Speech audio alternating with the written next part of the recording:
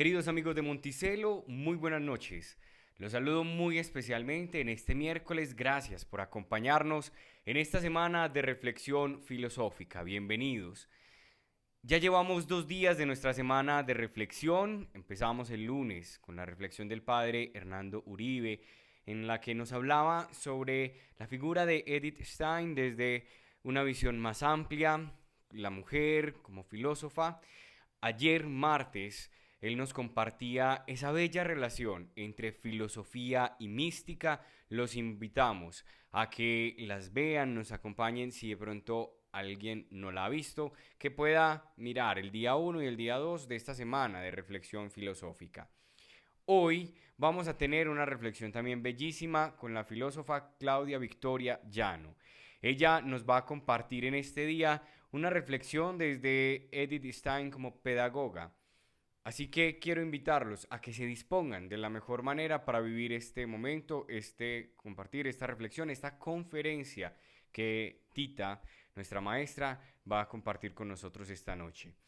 Vamos a tener, como es una conferencia más extensa, vamos a tener en el intermedio un pequeño descanso de 5 o máximo 10 minutos, así que prepárense, dispónganse para vivir este bello momento.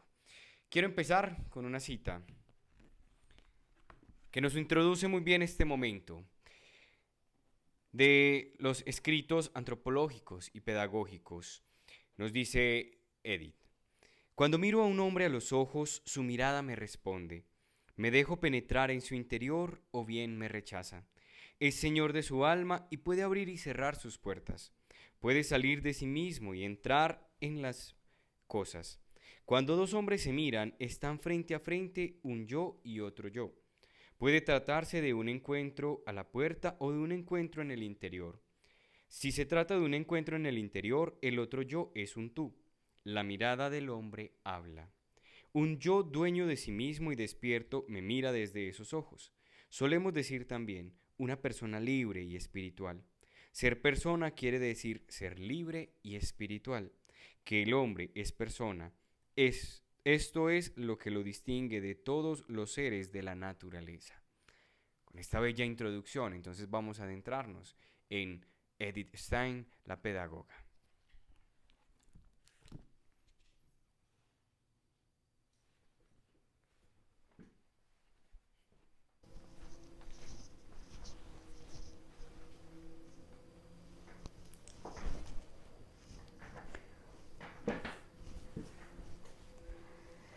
Buenas noches. Agradezco al padre Jorge Iván y a la comunidad de Monticello esta honrosa invitación a hablar de una mujer que admiro tanto por algunas coincidencias que he encontrado a lo largo de mi vida, por la filosofía, por la pedagogía. He querido mucho a Edith y me honra mucho poder hablar de ella como pedagoga. Muchas gracias por estar aquí. Hebrea, atea, filósofa, cristiana, pedagoga, defensora del papel de la mujer, cómo puede ser atea y cristiana, luego filósofa, pedagoga, monja carmelita, mística, entonces pasa de atea a cristiana, a monja y a mística. ¿Quién es esta mujer? Ya nos lo dijo el padre Edith Stein, la filósofa, Santa Teresa Benedicta de la Cruz, la mística. Cuando las ideas del hombre se inspiran en él, proporcionan una sólida base a la pedagogía y a toda labor educativa. Ese es el postulado de Stein que la lleva a proponer y a reflexionar todo lo que reflexiona sobre la pedagogía. En esa misma línea, Herbart, un filósofo y educador, psicólogo que ya no alcanza a conocer porque es del siglo XIX, dice: la pedagogía como ciencia es un asunto de la filosofía, pero de toda la filosofía, tanto de la teórica como de la práctica, y tanto también de la más profunda investigación de trascendental como del razonamiento que recoge superficialmente toda clase de hechos. Y para cerrar y reforzar la idea de Edith, tenemos a José María Quintana de la Universidad de Barcelona. Tras una pedagogía vamos a encontrarnos siempre una filosofía, ya que en toda acción pedagógica hay una concepción de persona que hace preguntarnos el cómo y el para qué se educa, por lo que se puede afirmar que existen tantos sistemas de pedagogía como sistemas de filosofía. Lo importante es, y lo repetiremos varias veces, como dice Edith, que haya coherencia entre ese modelo de persona, de ser humano, entre ese fundamento antropológico y las técnicas y las acciones que se llevan a cabo en las instituciones educativas, cosas que tristemente, casi 100 años después de la muerte de Edith, siguen siendo una falla en nuestras instituciones educativas. Tenemos unas preguntas para hacernos y responder a lo largo de la conferencia. ¿Qué rasgos característicos de Edith nos permiten definirla como pedagoga? Porque aunque veamos aquí ya editados en forma ordenada sus escritos, ellos aparecen de manera dispersa, no sistemática. Ya no escribe una pedagogía sistemática, hizo muchas conferencias y se deriva mucho para nosotros de su antropología y de su filosofía. Entonces, ¿cómo poderla definir como pedagoga? ¿Cuáles son los fundamentos muy claros y explícitos? De todos modos, el aporte pedagógico de ella no se queda en lo implícito, es explícito.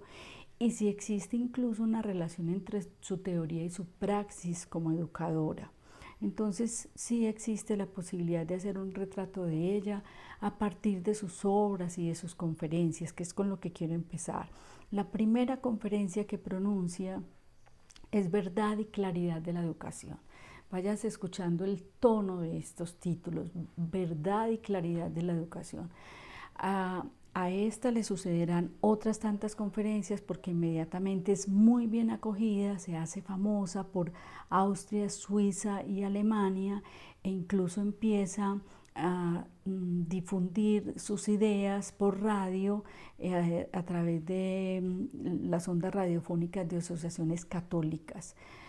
Otra de sus conferencias es Los tipos de psicología y su significado para la pedagogía, porque ella se va a oponer a la psicología de su época. Aunque estudia 2 semestres de psicología, la deja, la abandona, porque no está de acuerdo con esa psicología experimental, cientifista, e incluso quiere devolverle la etimología, la palabra psique, psicología cuando lo escribimos con P es alma y cuando lo escribimos sin P es psique, es espina, es cardo. Entonces ella quiere devolverle esa etimología de ciencia del alma realmente, que sea una ciencia del alma. Además, cuando luego se encuentra con Husserl, la fenomenología, pues más razón tiene para eso, pero ella disiente de esa pedagogía cientifista y experimental del momento. Algunos psicólogos sí llegan a tocarla, ya lo vamos a revisar. Fundamentos teóricos de la labor social de la formación. Ella desde el principio fue muy activista, muy activista sobre el concepto de educación, tiempos difíciles y formación. Que pesar, uno dice tiempos difíciles, tiempos difíciles los que vivimos las instituciones educativas en este momento, convertidas en empresas, con estudiantes que son clientes y no propiamente aprendices, con competencias económicas entre las instituciones. Qué tiempos difíciles todavía 90 años después. El etos de la formación femenina. Ella, uno de los temas centrales es la mujer, que después de la pausa la vamos a desarrollar, y el etos es otro tema puntual de ella y lo vamos a desarrollar. El intelecto y los intelectuales, el arte de la educación materna.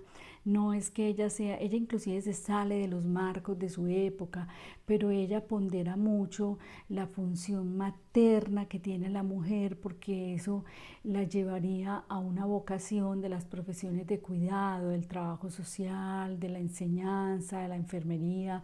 De hecho, ella hace un pequeño cursillo de enfermería y se entrega a un hospital de soldados contagiados de tifus. Allí incluso hay 2 situaciones que son las que llevan a la conversión de Edith. Allí encuentran el cuerpo de un soldado difunto, una cartita de la esposa que le ruega a Dios que cuide por la vida de su soldado, de su marido ya muerto. Y lo segundo es lo que ya conocemos de cómo lee en una noche de corrido la autobiografía de Santa Teresa de Ávila, la doctora, y ahí se da su conversión. Y otra última conferencia es profesores de formación universitaria y profesores de formación de magisterio. Ella puntualmente se dedicó a la formación de estos últimos, de los de formación de magisterio. Su fama pues se fue haciendo grande y con eso siguió en la escritura. Todo el tiempo estaba escribiendo. Los escritos pedagógicos los podemos ver ya compendiados aquí, excepto 3 que no aparecen ahí. En obras completas, el volumen 3, encontramos Naturaleza, Libertad y Gracia, y en obras completas, el volumen 4, encontramos La estructura de la persona humana, que también se publica aparte porque es una obra muy importante sobre el concepto de formación, el etos de las profesiones femeninas, la lucha por el maestro católico, fundamentos teóricos de la labor social de formación, los tipos de psicología y su significado para la pedagogía. Nótese que hay algunas que son conferencias que luego se convierten en escritos, la misión de la mujer, fundamentos de la formación de la mujer, problemas de la formación de la mujer, y ya editados independientemente, como he dicho, formación y desarrollo de la individualidad, qué es el humano y sobre la lucha por el maestro católico. ¿Por qué me pongo en la tarea de enlistar todos estos títulos para comenzar esta conferencia? Para que veamos que realmente fue una persona que reflexionó demasiado lo pedagógico, como para no decir que es una pedagoga que pueda ser parte de los libros de compendio de pedagogos, puede ser parte de los libros de una enciclopedia de pedagogía, parte de la historia de la pedagogía, Edith Stein. ¿Cuál es el contexto histórico educativo? La pedagogía ocupaba un lugar central en ese contexto cultural de Europa entre guerras. Había una extraordinaria centralidad asumiendo diferentes connotaciones según el lugar donde se cultivase. O sea, cada país estaba haciendo sus preguntas sobre pedagogía en esa época entre guerras. Entonces Francia muy influenciado por Rousseau, Suiza por Pestalozzi, Alemania ahorita vamos a ver por el idealismo alemán, Hegel, Kirchsteiner, que era el pedagogo de moda. Bueno, puntualmente en Alemania hubo un pacto electoral tripartito entre el socialismo reformista, el liberalismo progresista del Partido Demócrata y el catolicismo social del Partido de Centro. Esto luego vamos a entender para qué nos sirve, porque cuál es la postura que asume Edith y por qué luego deriva en la pedagogía teológica, que es otro de sus temas centrales que revisaremos en la segunda parte, la pedagogía teológica. Es sabido además que en Alemania la pedagogía vivió una época dorada durante la República de Weimar. La República de Weimar es el nombre que recibe Alemania después de la Primera Guerra Mundial, de su derrota entre 1919 y 1933. Es una etapa en la que hay mucho auge de toda la cultura, de las artes, la literatura, la pregunta por la educación, e incluso es ahí, durante la República de Weimar, que se institucionaliza la pedagogía en diferentes universidades alemanas como estudio. O sea, antes no se estudiaba pedagogía. O sea, estaban los pedagogos de formación propia, reflexión propia, pero no había una facultad de pedagogía. Entonces estamos frente a un movimiento de la reforma pedagógica que en Alemania asume los principios de la escuela nueva, pero también en Estados Unidos estaba la escuela nueva, John Dewey, John Dewey, Pestalozzi, Mente, Corazón y Manos, que tiene tanta influencia luego en América, ¿sí?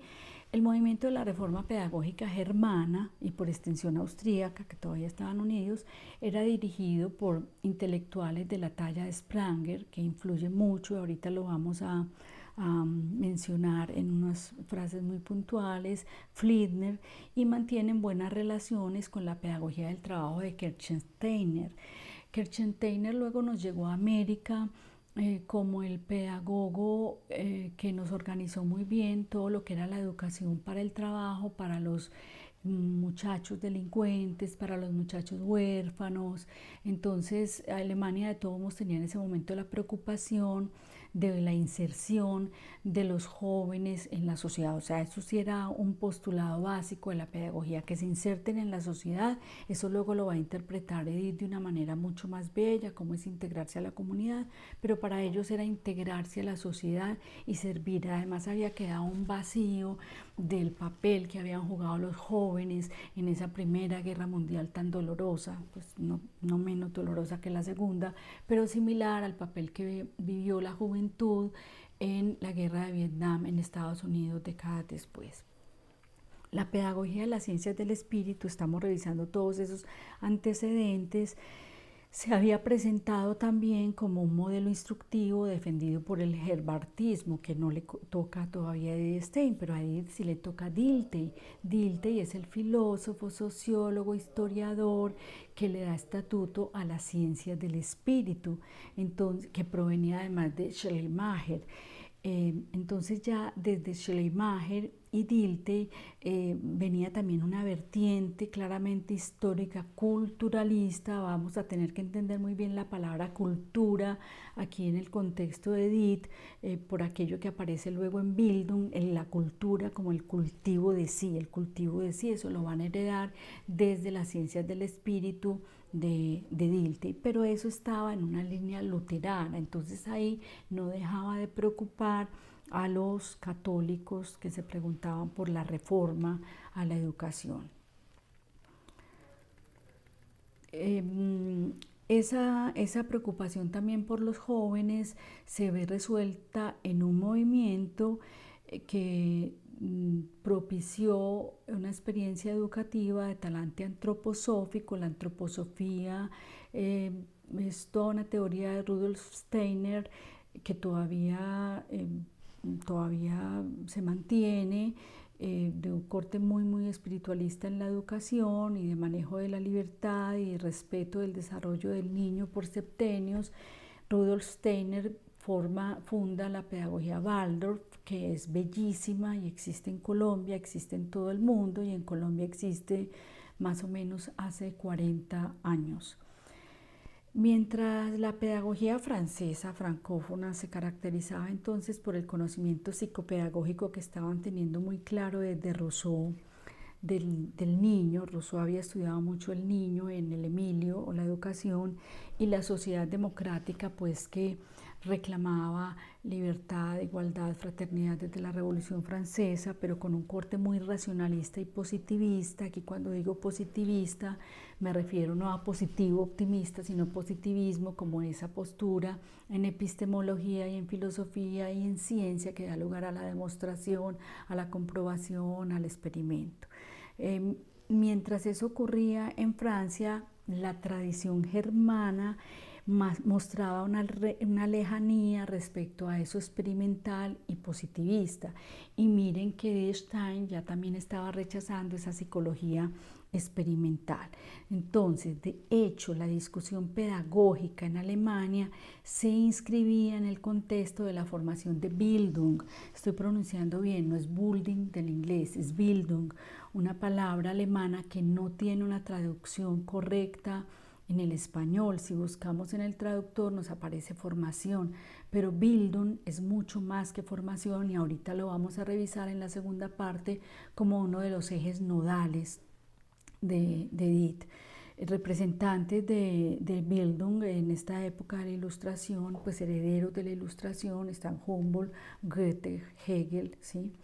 Deseosos de una auténtica lucha en pro de la cultura. Vuelvas a escuchar la palabra cultura, y de la autoformación. Entonces había una dimensión social en esa búsqueda, en esa reforma educativa. Preocupados estaban por situar al individuo en la perspectiva de una realidad social de orden superior. Entonces aquí ya miremos, imaginémonos a Hitler, ¿sí?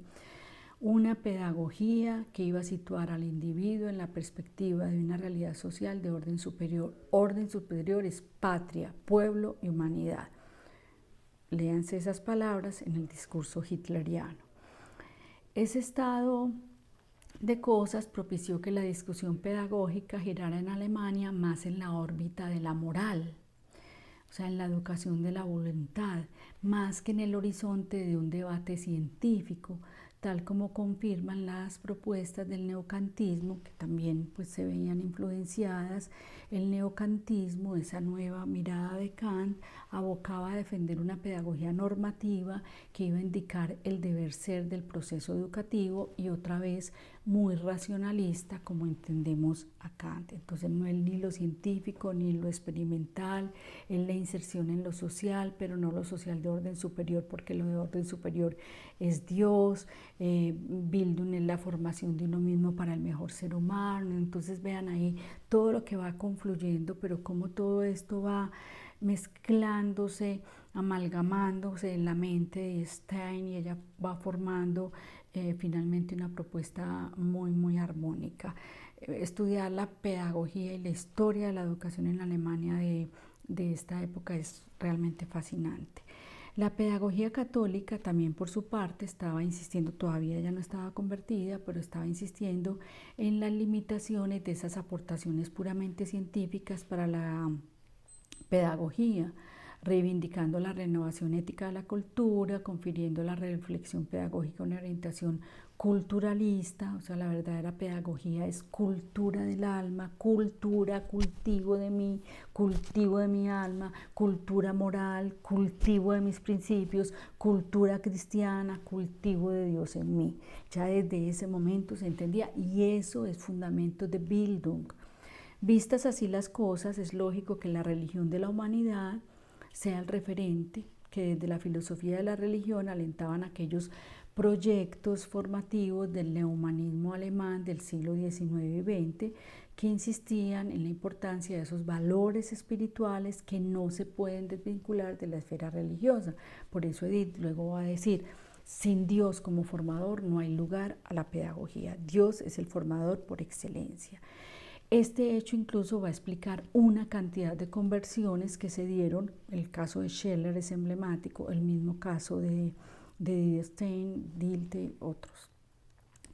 Todos estos movimientos parten de los mismos supuestos: la bondad de la naturaleza humana, eso es Rousseau; la libertad del hombre, eso es Rousseau; la llamada a la perfección, eso es Bildung; la responsabilidad del género humano, además de sostener que el hombre es bueno por haber sido creado por Dios, también es Rousseau. Defiende un horizonte de trascendencia, no como la entiende la trascendencia la fenomenología, de la que vamos a hablar más adelante, sino más allá de la pura inmanencia mundana. Por consiguiente, la educación necesita el concurso divino, porque Dios es el único educador. Es obvio que la Bildung había entrado en crisis. Cuando hablamos de Bildung estamos hablando desde Paideia Christi, desde la Paideia griega, desde la Paideia neohebraica, eso ya es Bildung. Pero esa Bildung en Alemania había entrado en crisis en el siglo XIX, tal como lo había denunciado Nietzsche. Ahí no le tocó Nietzsche.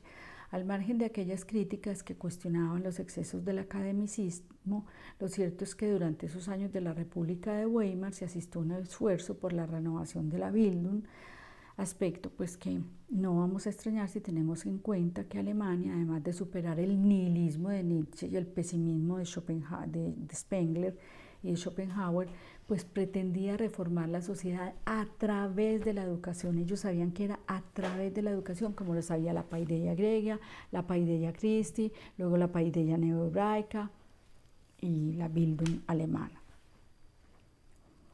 De hecho, pues el régimen republicano de Weimar favoreció la articulación de una Bildung democrática con connotaciones platónicas y por lo tanto espiritualizadoras. Veníamos del idealismo alemán.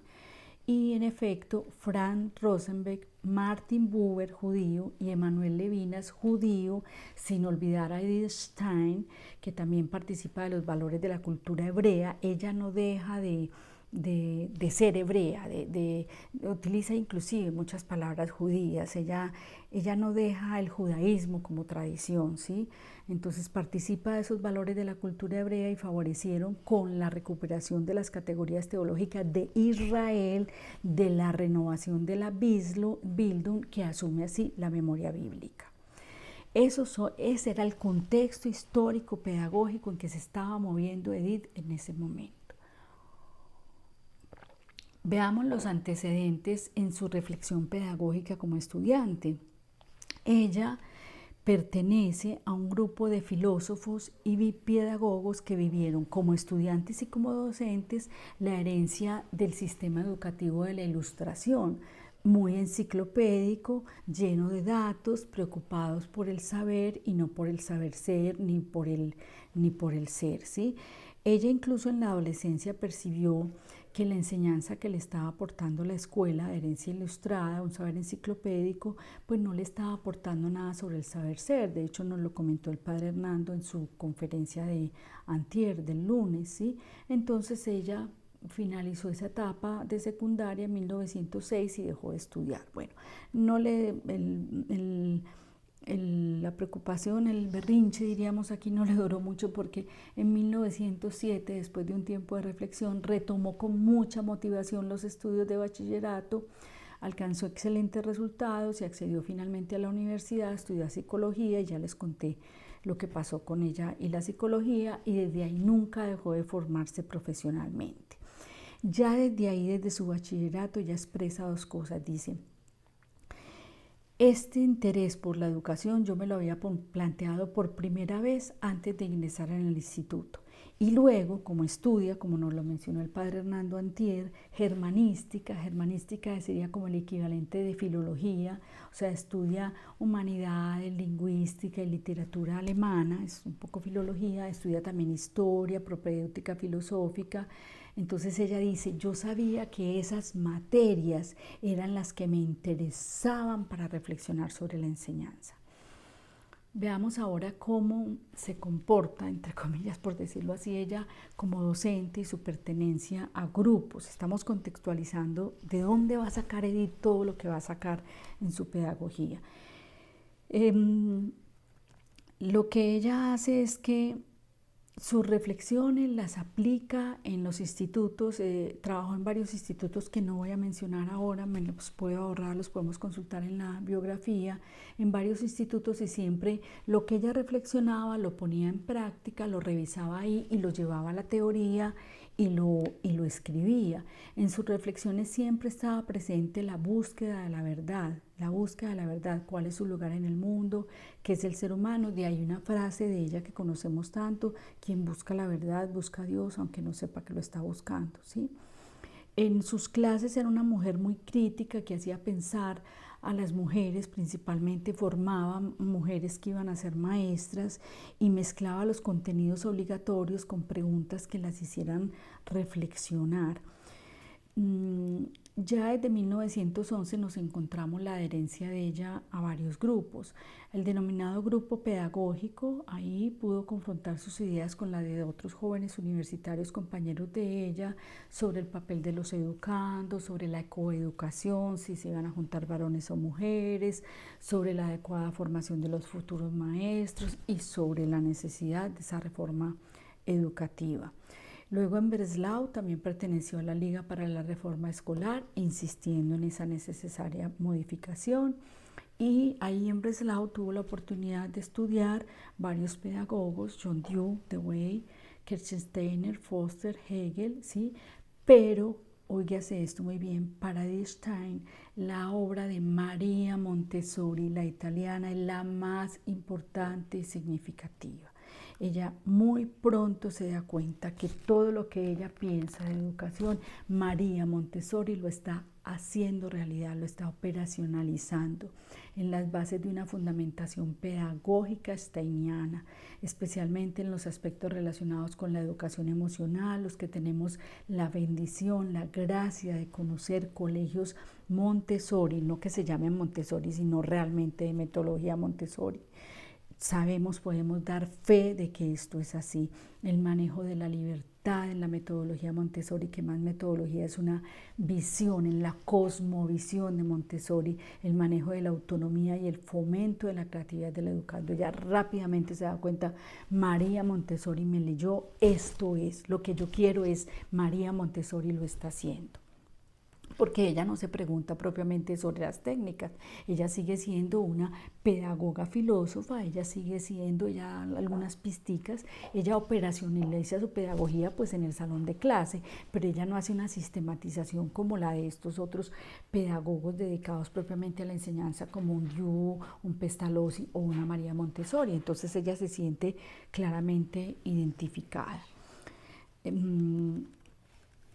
¿Cuál es el estilo revelador de su profesión, de su vocación? Pues ese que acabo de mencionar. Ella estaba muy preocupada porque las mujeres habían ganado el derecho al voto, pero no sabían ni cómo votar, entonces ella aprovechaba las clases para desarrollarles la conciencia respecto a eso, para que tuvieran un pensamiento crítico, para que se sintieran que tenían un valor muy importante en la sociedad alemana de principios de siglo.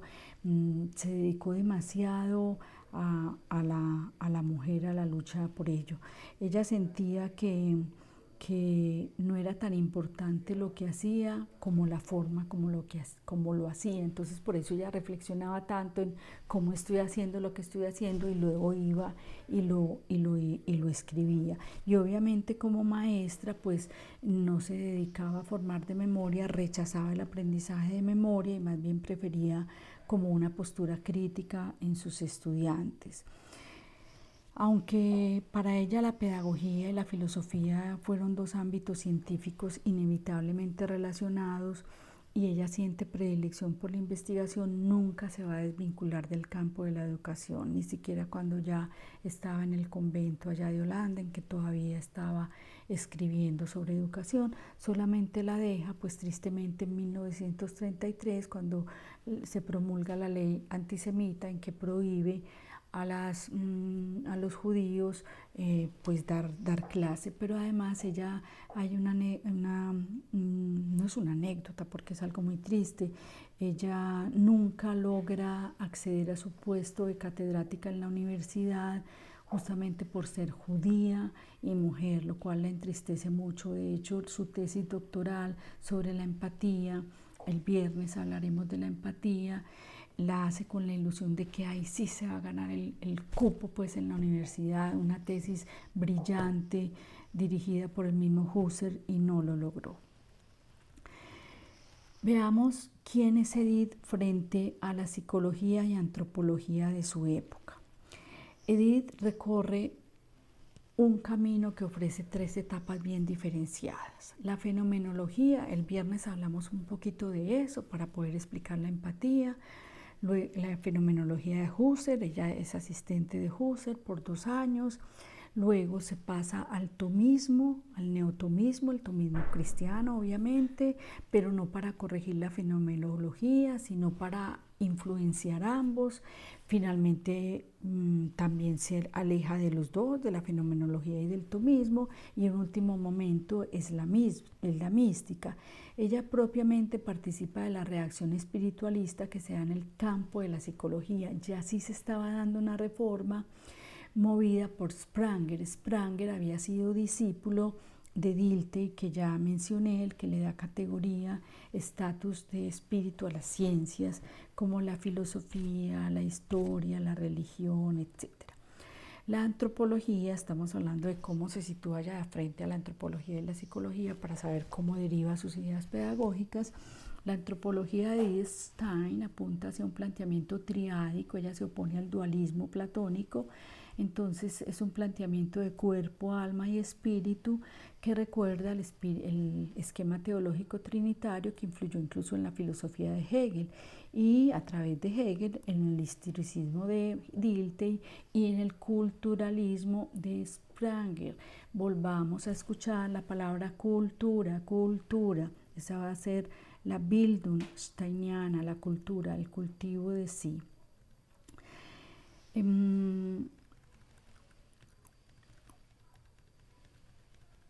¿Cómo se ve Edith frente a la filosofía y la pedagogía? Ella pasa entonces de una filosofía basada en el yo, que era la filosofía del idealismo alemán, la filosofía trascendental, ¿sí? A la conciencia, o sea, del yo racional del pensamiento pasa al yo del idealismo alemán, que es el yo de la conciencia, ¿sí? Y eso lo capta todo con Husserl y lo combina con la filosofía tomista, pero abierta a la trascendencia, entonces con un horizonte teológico, y ahí ya se empieza a acercar a lo que luego va a fundar como una pedagogía teológica que dé respuesta a la preocupación de los grupos católicos de la época. Su postura se caracteriza por dos aspectos bien notorios: la vocación pedagógica en la formación de las futuras maestras, que era una preocupación grande, ¿sí?, alentada por los consejos del padre Siwara. Siwara es un padre jesuita, amigo personal de ella, y que estaba moviendo el neotomismo, o sea, una nueva mirada del tomismo, ¿sí? Y en una segunda postura, la de conciliar la fenomenología con el catolicismo a través, pues, del tomismo. Entonces ella entra en contacto con la neoescolástica, que estaba vivificada en ese momento por el cardenal Mercier. Era el que estaba moviendo los hilos de esa neoescolástica, y compara entonces así la filosofía de Husserl con la de Santo Tomás. Ella hace algunas consideraciones sobre la posibilidad de la educación, y entre esas consideraciones están las siguientes. 1. Que las personas implicadas en el acto educativo asumen distintas posturas o roles. O sea, está el rol del educador y el rol del educando, y exige que cada uno de ellos pues participe de manera diferente. 2. Está el hecho de que se tienen ciertos bienes espirituales objetivos. De esos bienes espirituales objetivos y subjetivos hablaremos en el tema de la empatía el viernes. Y está el carácter evolutivo del hombre, que esa es una herencia de Heidegger.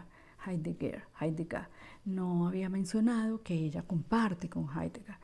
Entonces, ese carácter evolutivo del hombre nos conecta con la finitud, pero ella se opone a la idea trágica, como entiende Heidegger la finitud, y remarca la idea de que el ser humano no entra terminado al ser, o sea, en el ser, el ser humano no llega al ser ya hecho, sino que hay un carácter evolutivo que debe entenderse en el sentido de la autodeterminación y luego de la dirección y del seguimiento.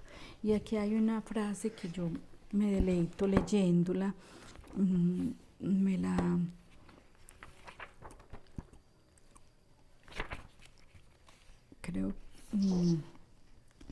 deleito leyéndola, está en el subcapítulo de lo animal del hombre y lo específicamente humana, la estructura de la persona humana.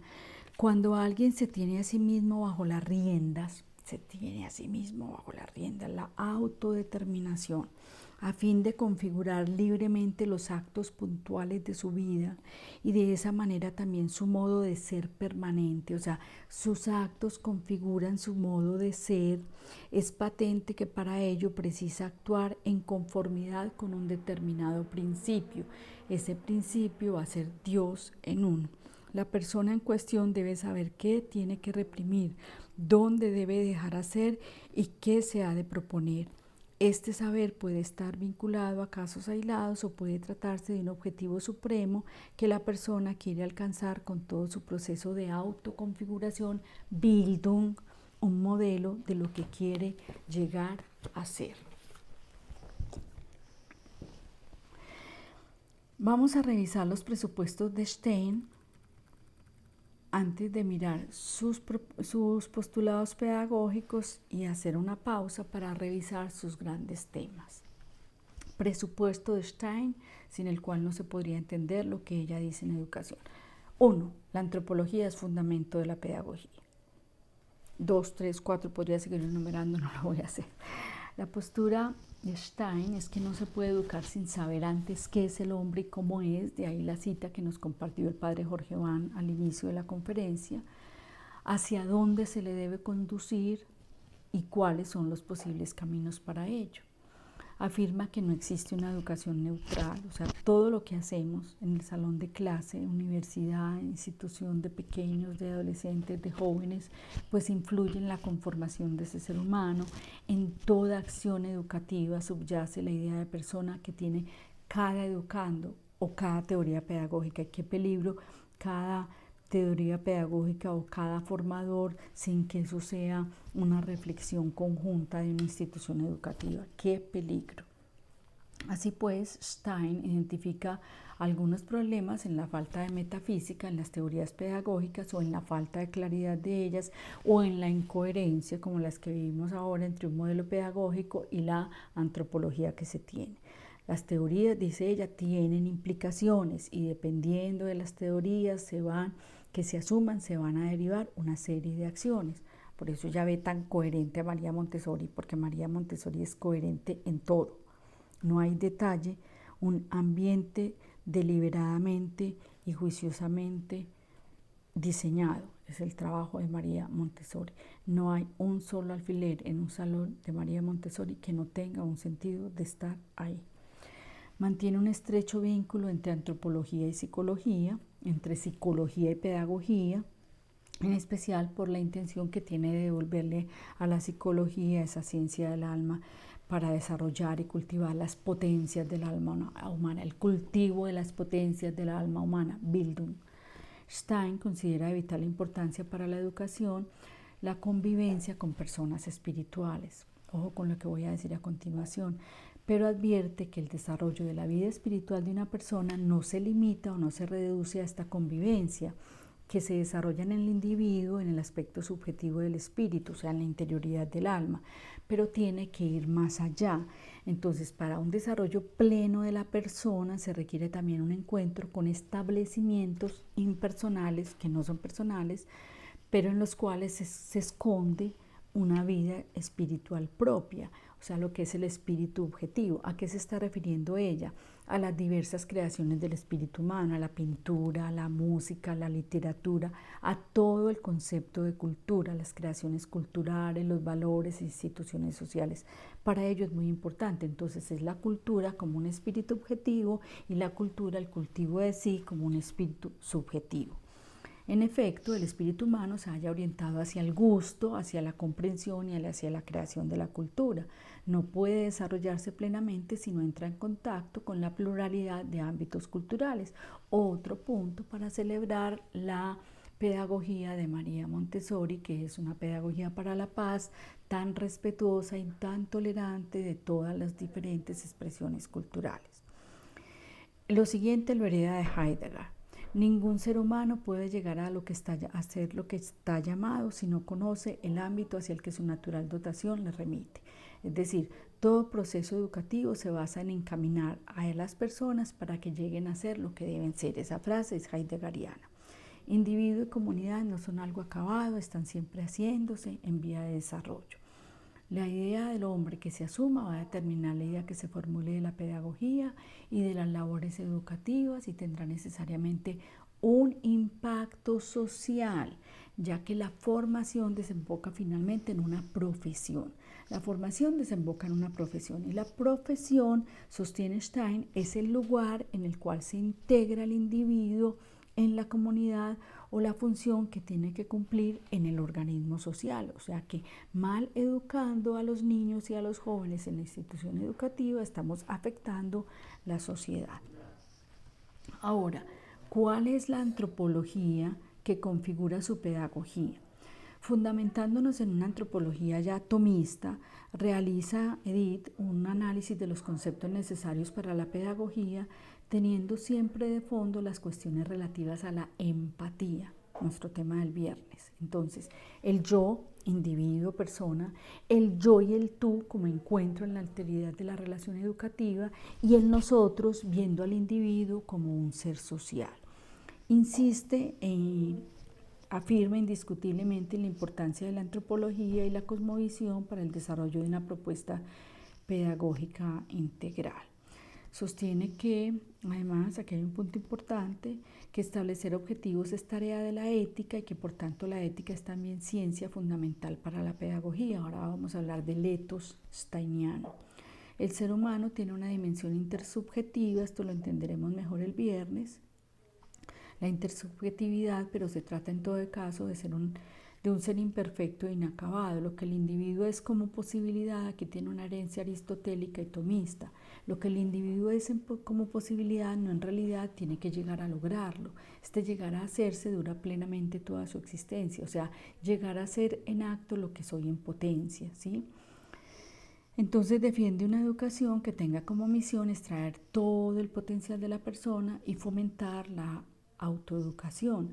Pero para autoeducación se asusta un poquito de que no se caiga en el extremo de una demasiada libertad del educando. En ese momento el movimiento Scout, el scoutismo fundado por Baden-Powell en Inglaterra, ya estaba en Alemania, había llegado a Alemania en 1909 y entonces ella de pronto de manera un poquito equivocada veía como que había mucha libertad en ese movimiento, sus jóvenes que entraban en contacto con la naturaleza, entonces como que le asustaba un poquito eso y decía no, pero necesitan siempre una guía, o sea, hay una guía para la educación para que no haya un exceso de libertad, y vuelve a insistir en que la educación no se puede reducir a la transmisión de saberes enciclopédicos como lo que ella había sufrido en su colegio en los primeros años.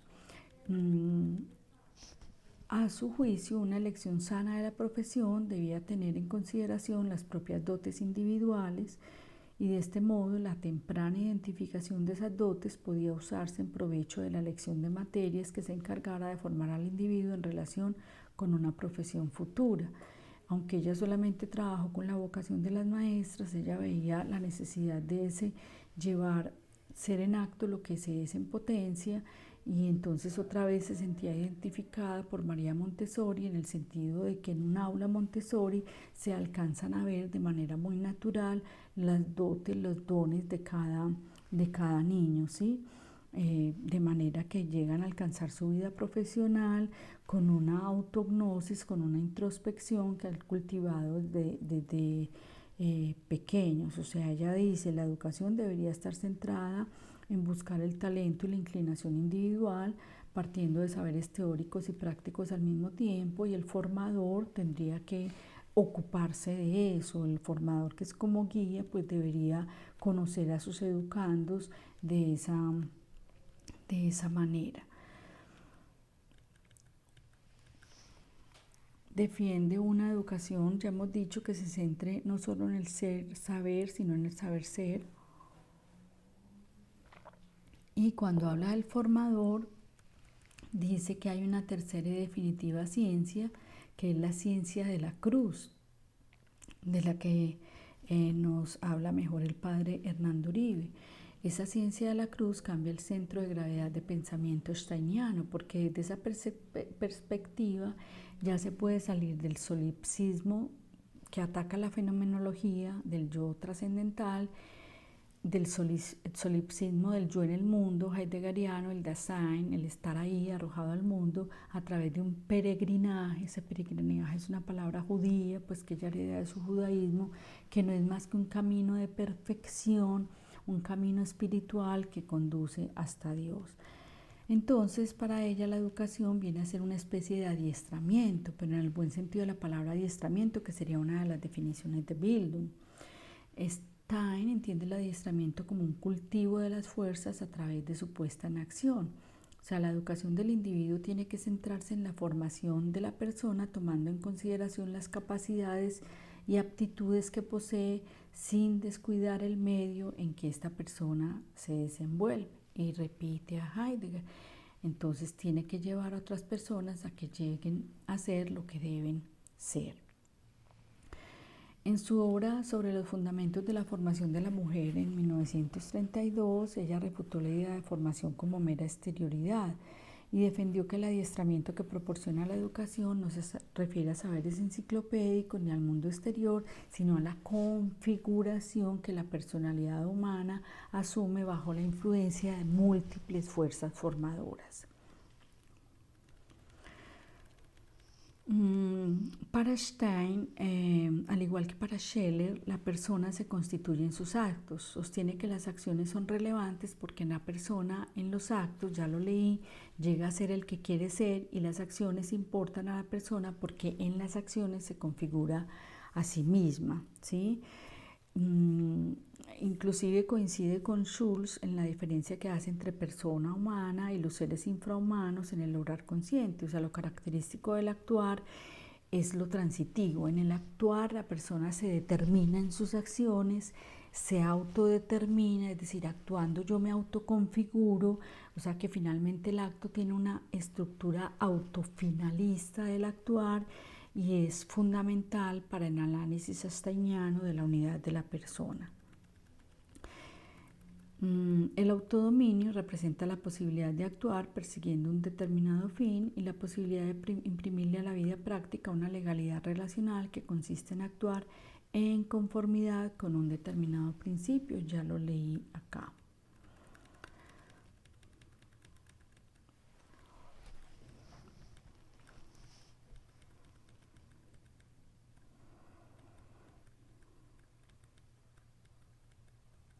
A través del autoconocimiento, la persona humana se da cuenta de sus propias capacidades, de sus propias habilidades y potencias, sabe dónde hacer y dónde debe dejar de hacer para lograr el cumplimiento del modelo de persona que persigue. Entonces la persona se encuentra siempre en devenir y en desarrollo, no llega al mundo terminado, sino que a lo largo de toda su vida se ha de ir construyendo y renovando a sí mismo en un constante proceso de transformación.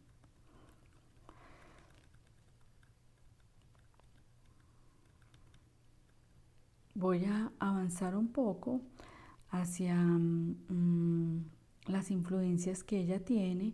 Estos pocos, pues es demasiada la obra pedagógica de Edith. Con estos pocos postulados más o menos va quedando la idea de que es una pedagoga muy profunda, y nos damos cuenta de la vigencia que esto tiene en el momento actual. Las influencias de ella pues son la fenomenología, también el personalismo, la fenomenología, el tomismo y el personalismo. Eso no lo había mencionado. El personalismo es esa postura que tiene a la persona como centro y que resalta el valor y la dignidad de la persona a partir de la individualidad y que sostiene que cada ser es único e irreemplazable. Sin embargo, no hay una sola idea de persona, por lo tanto no hay una sola idea de personalismo. O sea, personalismo son el mismo Juan Pablo II, o sea, Carol Boctila, Maritain, Marcel, Emmanuel Mounier, Ortega y Gasset, Max Scheler, son personalistas, ¿sí? Pero lo relevante del personalismo de Edith es cómo lo combina con la pedagogía, que los otros filósofos no llegaron a tener ese alcance. Y miremos los principales disensos y críticas para ya hacer una pausa y pasar a la segunda parte. Ella pronto se dio cuenta que ese ideal de la ilustración era un saber enciclopédico con el que no estaba de acuerdo. ¿Sí? Pensaba que la educación es la formación de una estructura interior, es decir, de una persona madura, plenamente desarrollada, que tuviera la posibilidad de abrirse al espíritu. Considera insuficiente la psicología natural, la antropología natural de corte evolucionista para servir de fundamento al saber pedagógico.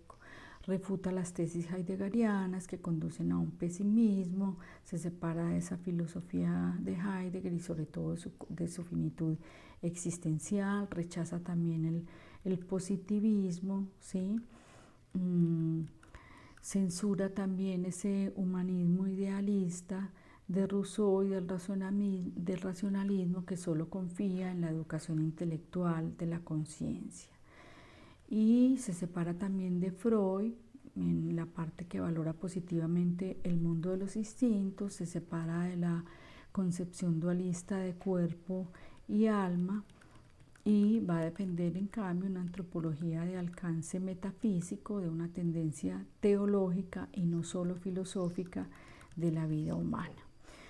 Este es el contexto de Edith Stein, esta es la postura de ella frente a la antropología, psicología de su época, los grandes temas que ella va a desarrollar y que son muy reveladores y nos vamos a sorprender ahora en esta segunda parte, escuchar cómo podía pensar así de la mujer, del ethos, de la labor social de la educación y sobre todo le voy a dedicar un tiempo al concepto de Bildung.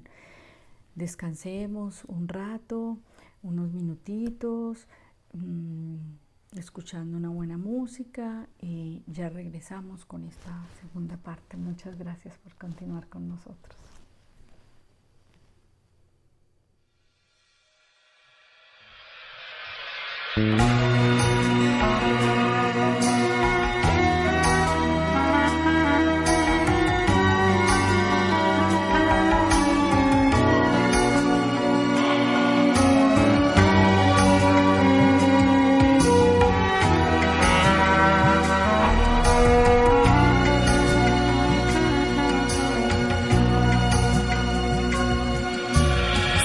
דוד השם, אוי לא יחסר.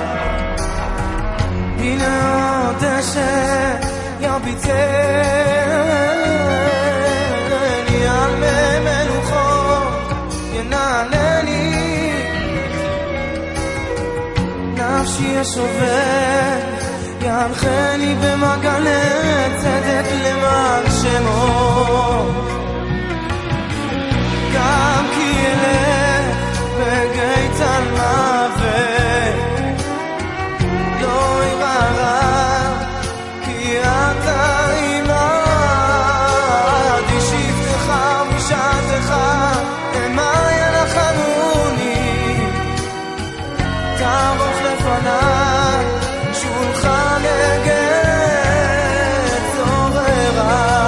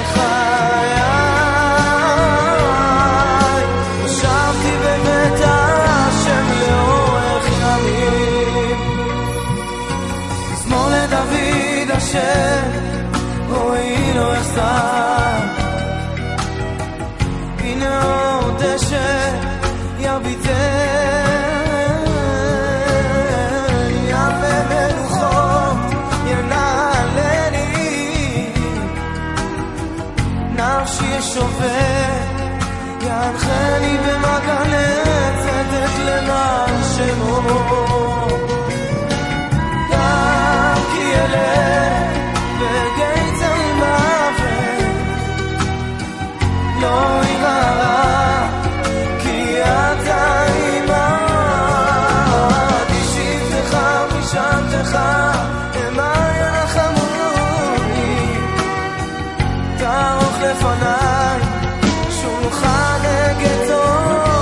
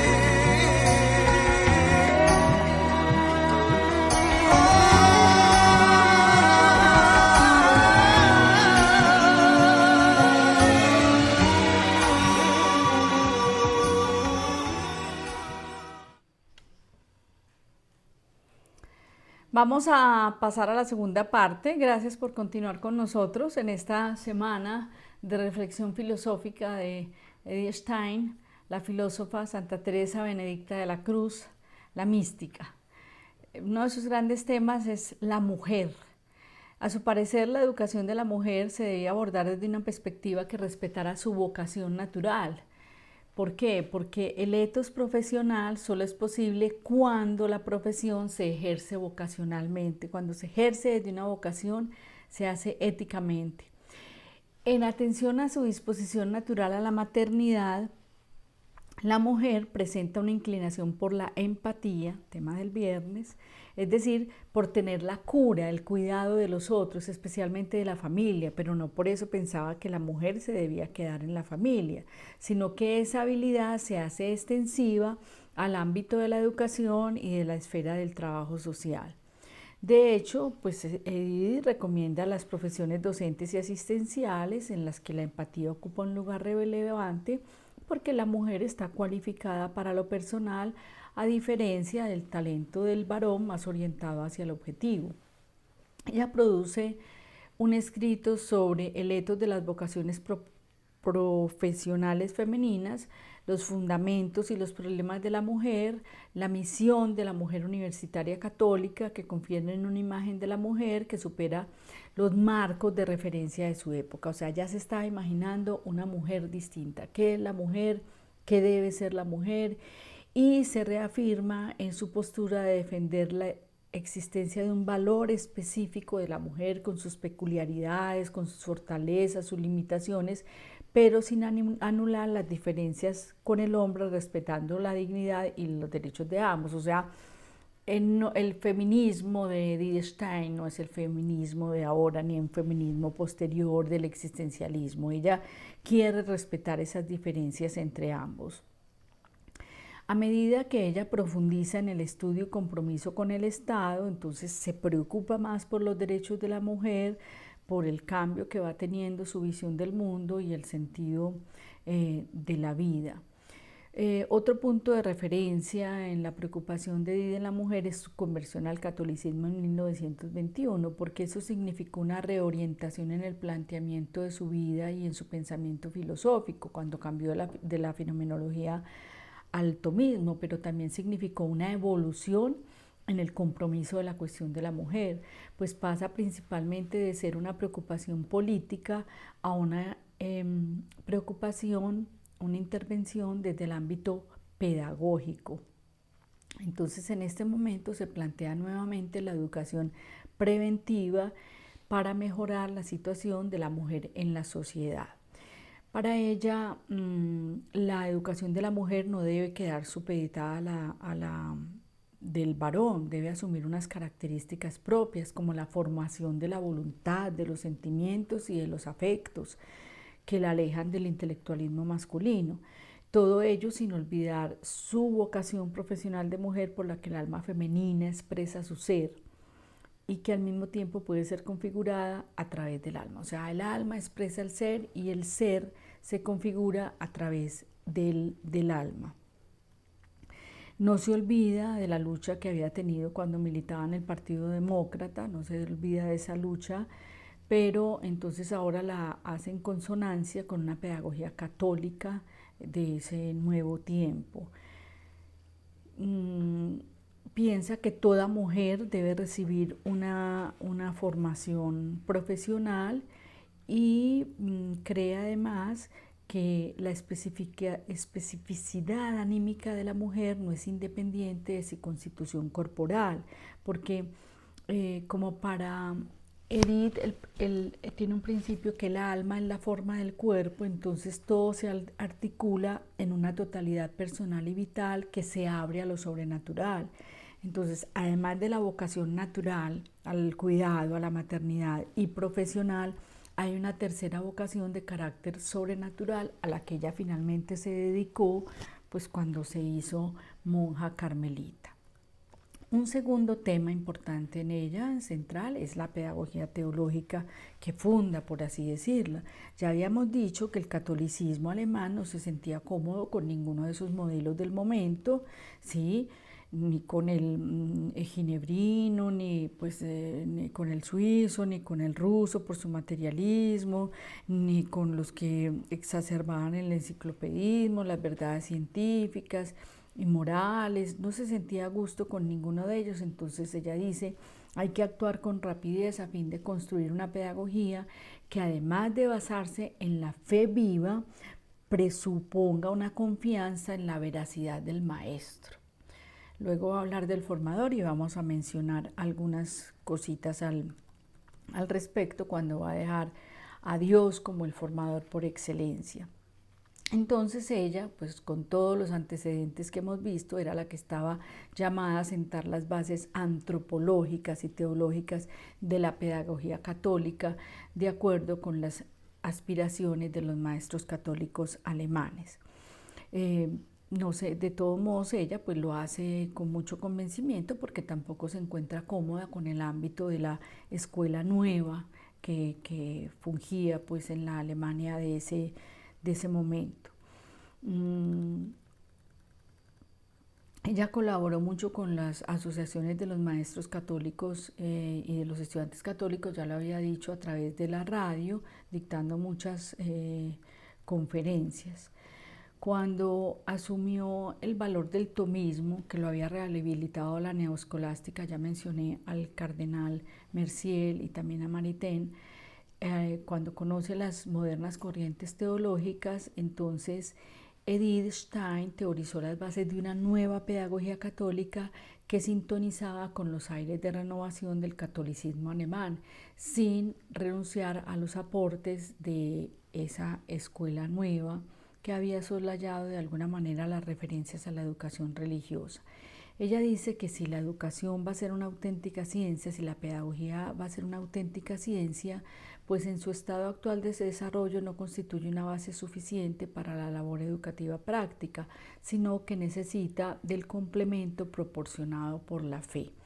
La pedagogía entonces no se puede justificar a través de las ciencias de la naturaleza, como lo positivo experimental que ya expliqué, ni por medio de las ciencias del espíritu, aunque había sido compañera de Dilthey, sino que se precisa del auxilio de la ciencia de la cruz. Lo dice cuando ya había leído a Juan de la Cruz, porque no todas las verdades son accesibles al conocimiento natural ni filosófico. Entonces queda claro que la pedagogía requiere de un auxilio del método teológico para estructurar un saber pedagógico que, sin excluir las aportaciones filosóficas, dé cabida a los dogmas de la fe católica. A su juicio, las verdades científicas que la pedagogía o cualquier ciencia puedan descubrir por sí mismas deben ser complementadas con la verdad revelada. Por ello, la ciencia necesita del complemento proporcionado de la fe. Y dice muy, muy bello que llegar a ser como Jesús, seguir su modelo de vida, es el fin que persigue la educación católica, ¿sí? Una antropología que no tuviera en cuenta la relación del hombre con Dios no va a ser completa, ni va a servir de base a la pedagogía. Miren ya el cambio que da después de su conversión. De ahí que esas ciencias de la naturaleza que buscan leyes y las ciencias del espíritu que son descriptivas, pues no den una visión global del hombre, porque siempre hay que ir más allá, de manera que la antropología necesita el concurso de la teología, o dicho con otras palabras, se ha de pasar de una consideración filosófica del hombre a una consideración teológica. Con el objetivo de elaborar una pedagogía que presentara al hombre como un ser que busca a Dios, ella parte de una concepción antropológica que considera que la persona está dotada de cuerpo, alma y espíritu. Ya lo habíamos mencionado, que esa era su antropología, en la que se separaba de Platón. Y aunque esos son tres elementos, constituyen tres niveles irreductibles en sí, la verdad es que se encuentran integrados y reflejan en el hombre la imagen trinitaria de Padre, Hijo y Espíritu Santo, según la misma consideración agustiniana de memoria, entendimiento y voluntad.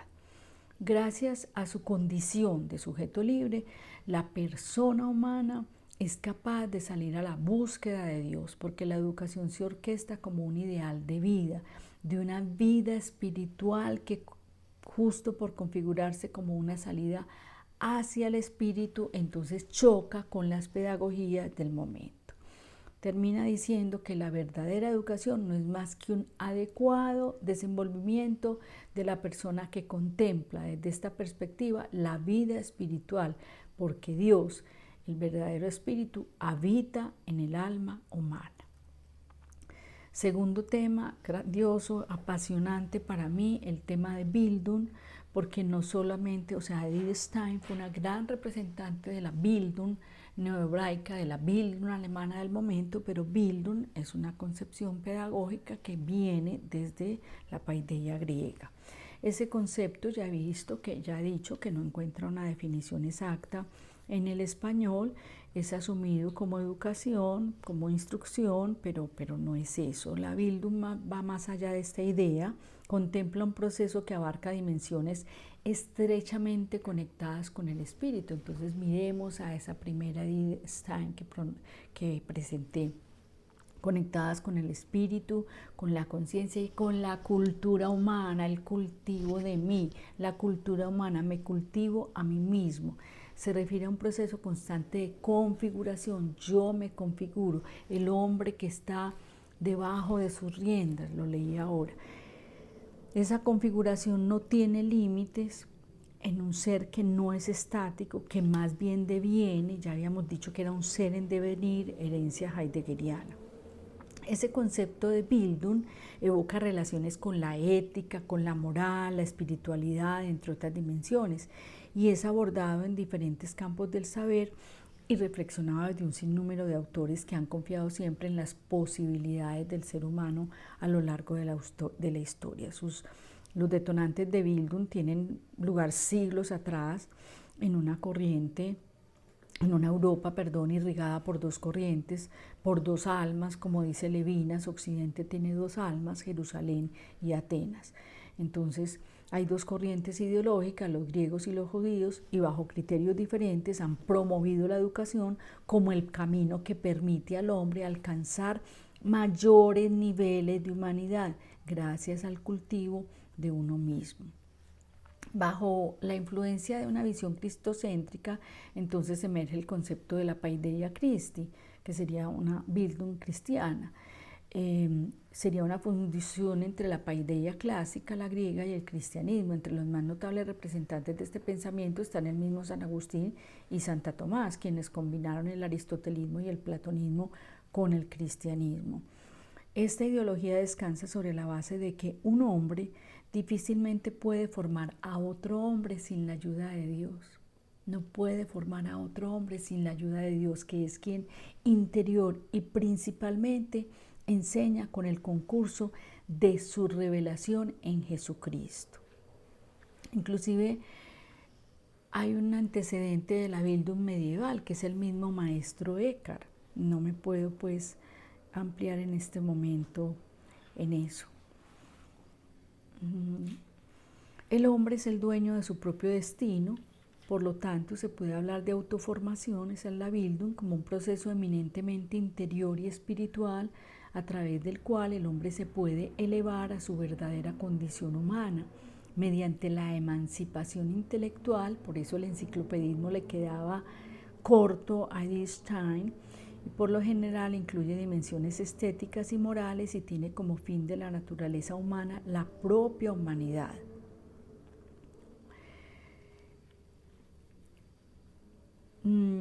La Bildung sufrió en esa República de Weimar, sufrió en esos primeros años de Alemania, lo había denunciado el mismo Nietzsche, se olvidó de los ideales humanistas de formación, se evidenció una crisis que no solo afectó la economía, sino que hubo una crisis de sentido, en palabras de Husserl. Pero hablar de movimientos que propendían la renovación de la Bildung, me pego de un autor, un profesor de filosofía de la Universidad de Barcelona, Vilanov, que se refiere en primer lugar a la Bildung neohebraica. Esto lo quiero repetir, que es un movimiento que se da a partir de hombres como Rosenbeck, Martin Buber y Edith Stein, que buscaba recuperar las verdades bíblicas olvidadas durante los tiempos secularizadores del siglo XIX En palabra de Villanov se reivindica la herencia judía y el 2 de Abraham, Isaac y Jacob se impone a la filosofía de Platón. Es una Bildung con clara conciencia teológica, apuesta por la reivindicación de los valores espirituales. Desde la visión judeocristiana se enfatiza además de la autonomía y el desarrollo de la personalidad, de la libertad religiosa y de la tolerancia. Entonces estamos así con Edith Stein frente a una Bildung que desea romper las marginaciones y que al fin de cuentas encuentra en la alteridad, en la otredad, en la conciencia del otro, un concepto del judaísmo, un concepto del cristianismo, la condición de posibilidad para una educación dialógica en términos de Buber, una educación simpática, de simpatía en términos de Scheller, el viernes revisamos eso, y una educación empática en términos de Stein, que posibilita el descubrimiento del rostro del otro y por lo tanto del rostro de Dios, según Manuel Levinas. Desde esta perspectiva, la formación humana se da en una clara trascendencia, clara sintonía con la trascendencia del ser humano. Este movimiento de renovación mística en el que se reconocen dos importantes categorías, la trascendencia y la alteridad, sienta las bases antropológicas y teológicas de una Bildung católica, la cual enfatiza el carácter de ser persona, y recuerden que ya habíamos ubicado a Edith Stein como una personalista al lado de Maritain, de Marcel y de Munier.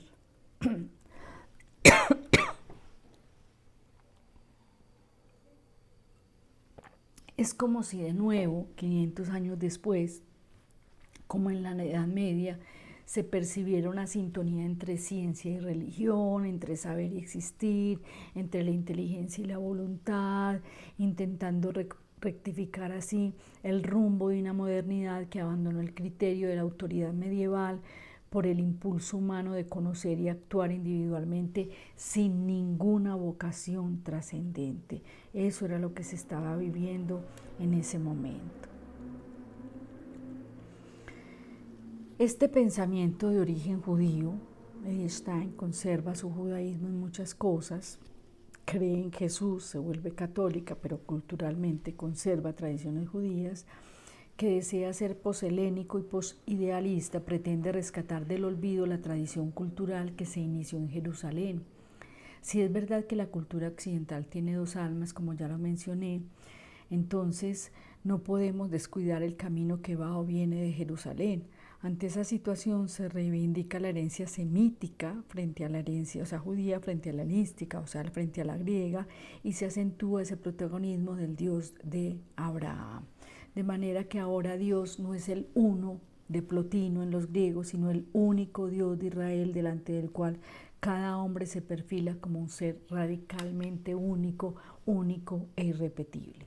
De esta manera, la Bildung asume ante ese neopaganismo totalitario del fascismo la herencia de los valores espirituales de la tradición judía, y sobre la base de la conciencia religiosa se articula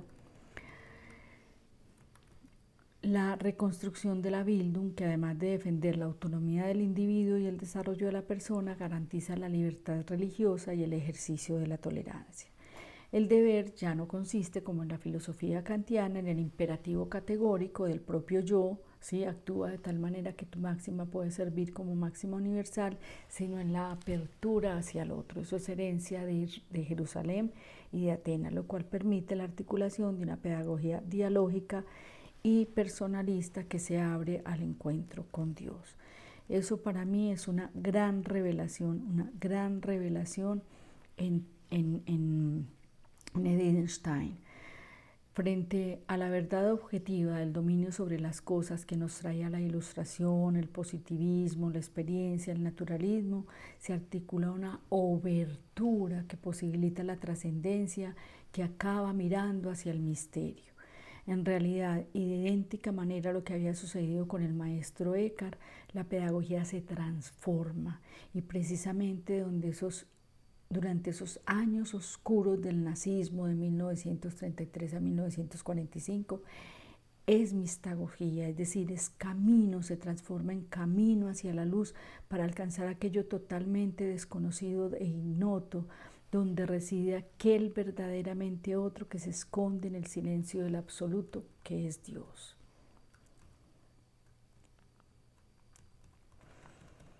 Explico el etos y vamos cerrando la conferencia.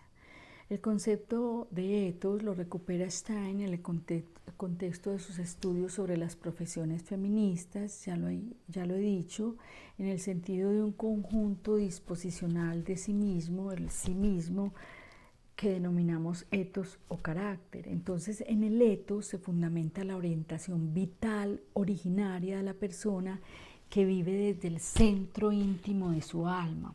Y así como la persona se puede formar a sí misma, también se puede desatender. Yo me desatiendo y consecuentemente soy una persona inculta, o sea, no cultivada, no formada o deformada. Con ello vemos que la Bildung tiene el sentido del cultivo de sí. El alma tiene que realizarse, ya dijimos, pasar de la potencia al acto, y lo hace por medio del espíritu que es libre y mantiene esa apertura a la trascendencia. Pero para lograr esa realización, la persona debe asumir un posicionamiento ético. Se trata de una actitud responsable conmigo mismo, pero justamente por eso también se trata de una postura ética frente a los otros y frente al mundo.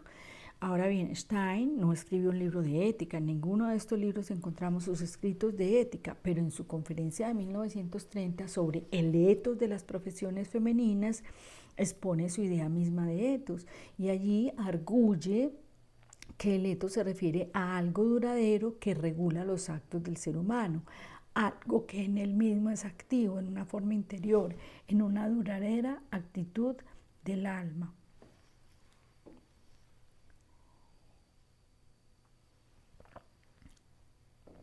Stein recuerda que hay una estrecha relación entre las potencias, los hábitos y la actualidad y la razón de ello. Recuérdese la frase que leí, el que está bajo sus propias rendas y que se determina y se configura en sus actos y en sus actos que se vuelven sus hábitos. Entonces hay una estrecha relación, las potencias delimitan el campo natural de posibilidades para esa actualidad, para ese presente. Entonces, a la formación de esos hábitos no se puede llegar más que con la autoeducación, el autocontrol y la autodeterminación personal.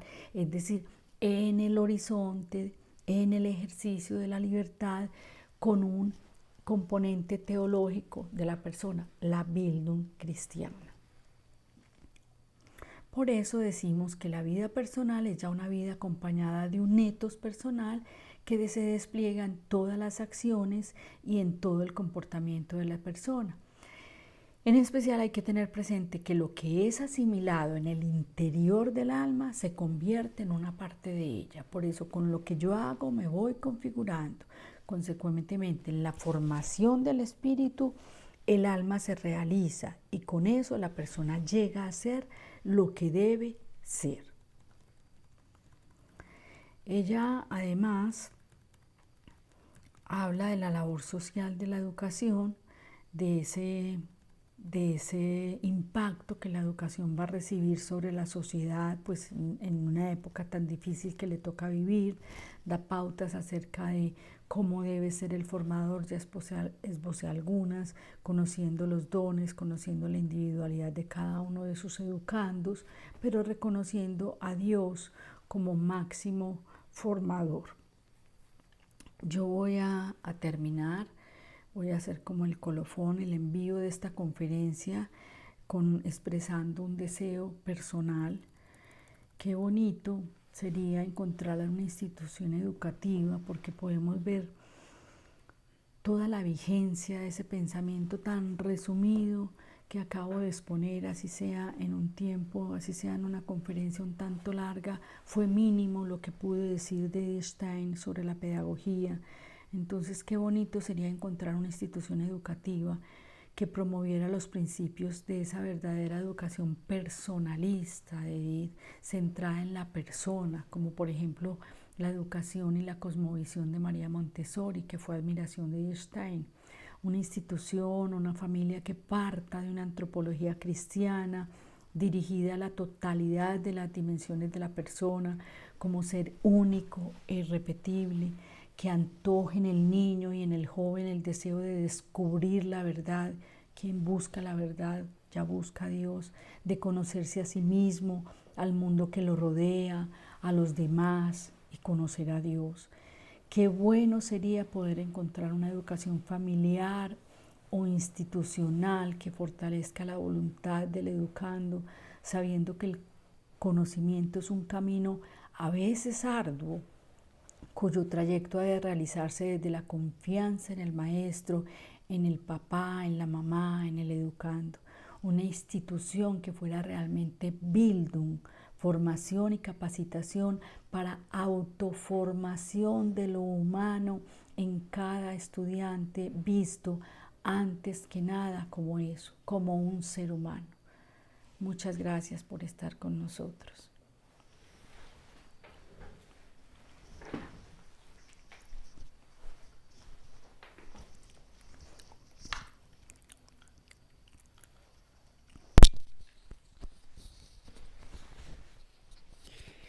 Bueno, le agradecemos enormemente a Tita esa labor tan bella que ha hecho con nosotros hoy y esa motivación, sobre todo a pensar a partir de este ejemplo y este testimonio, esta figura de Edith Stein, para nosotros también cómo estamos asumiendo nuestro cultivo interior, ¿cierto? Podemos decirlo así, esa formación también nuestra, ese interés por nosotros mismos.